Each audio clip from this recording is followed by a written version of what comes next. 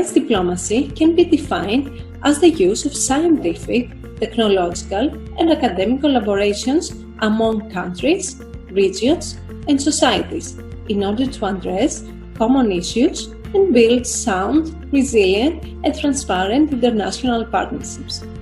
Science diplomacy is an international, interdisciplinary, and inclusive process involving informed decision-making to balance national interests and common interests for the benefit of all on Earth across generations. All the mountains, all the seas, all the living species, small and large, born and to come.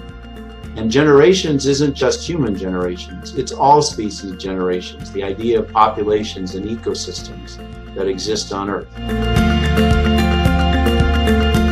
Professor Vylegzhanin and I began a dialogue, and we shared a common interest, the two of us, in the Arctic Ocean, and in particular the Central Arctic Ocean, the high seas that exists beyond sovereign jurisdictions.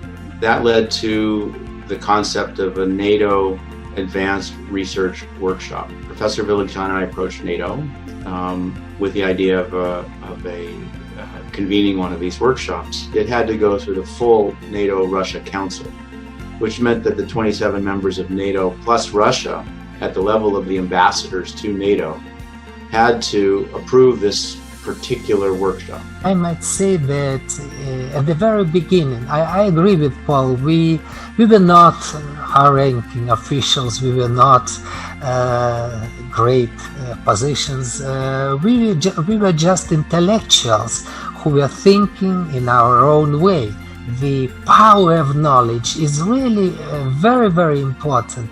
According to the statute of the International Court of Justice, and the statute is a part of the United Nations Charter, the teachings of the most qualified specialists in international law are a source of international law. That means that even in the formal document, the power of knowledge is already reflected. How could two individuals, Professor Vylegzhanin and myself, that had no particular clout or capacity, how could two individuals create a dialogue among superpower adversaries, NATO and Russia? What were the skills that enabled us to do that? What were the lessons that we could teach to others that would be of relevance in their journeys?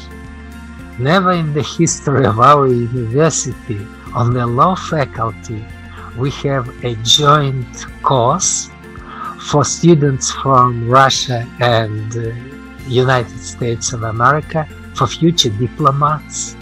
And the course was agreed upon by two professors, was invented by two professors.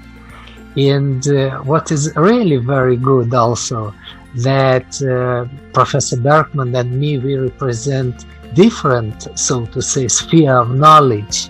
And I would say that we mutually contribute to this multidisciplinary course. At our classes, we prepared some reports related to the crucial issues arising in the Arctic region and had a chance to develop a text of joint declaration. It wasn't your usual class. We weren't studying laws, cases, treaties, and just discussing them. The class was about talking, it was about communicating.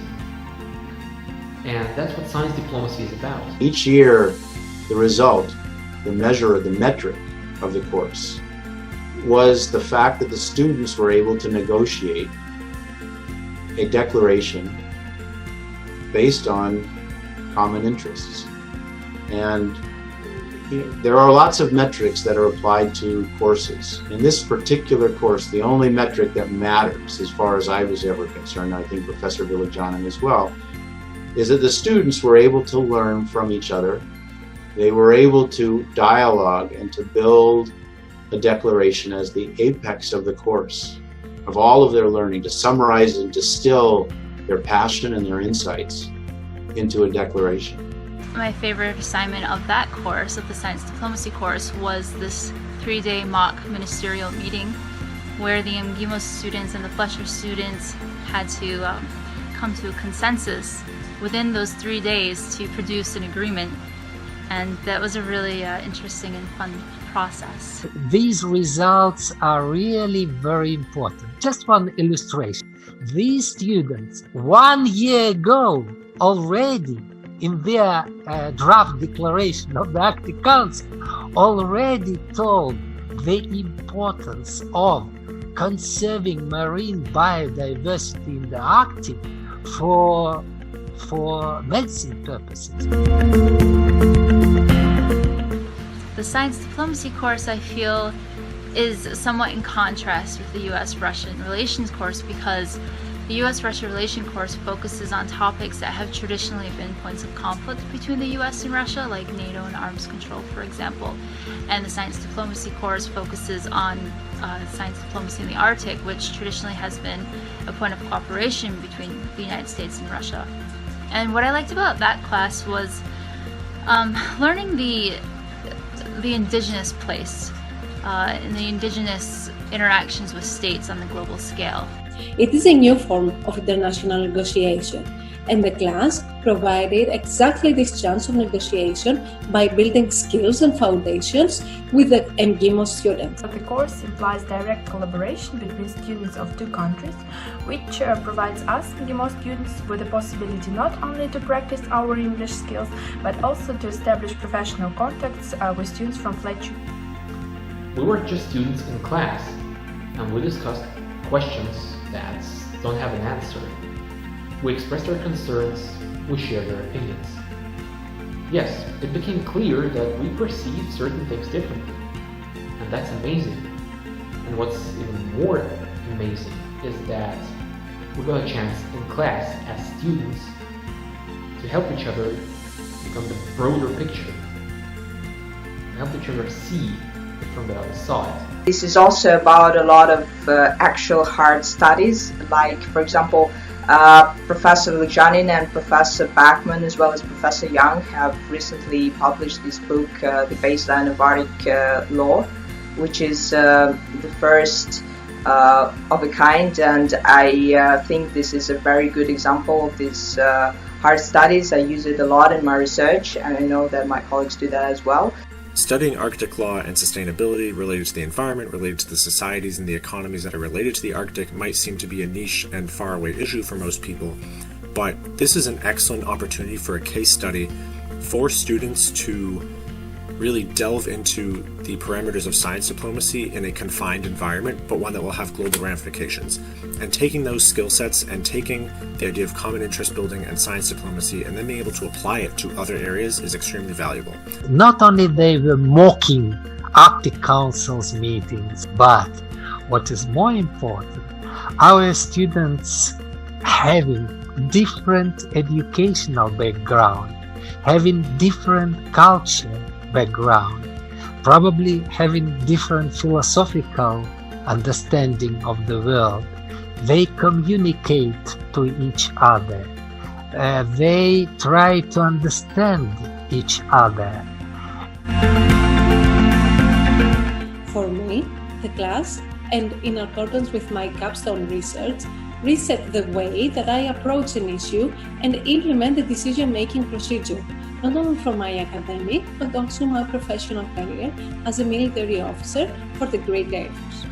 We started with a very small participation on MGIMO side, very cautious approach, I would say, on a voluntary basis. That is, the course was not obligatory.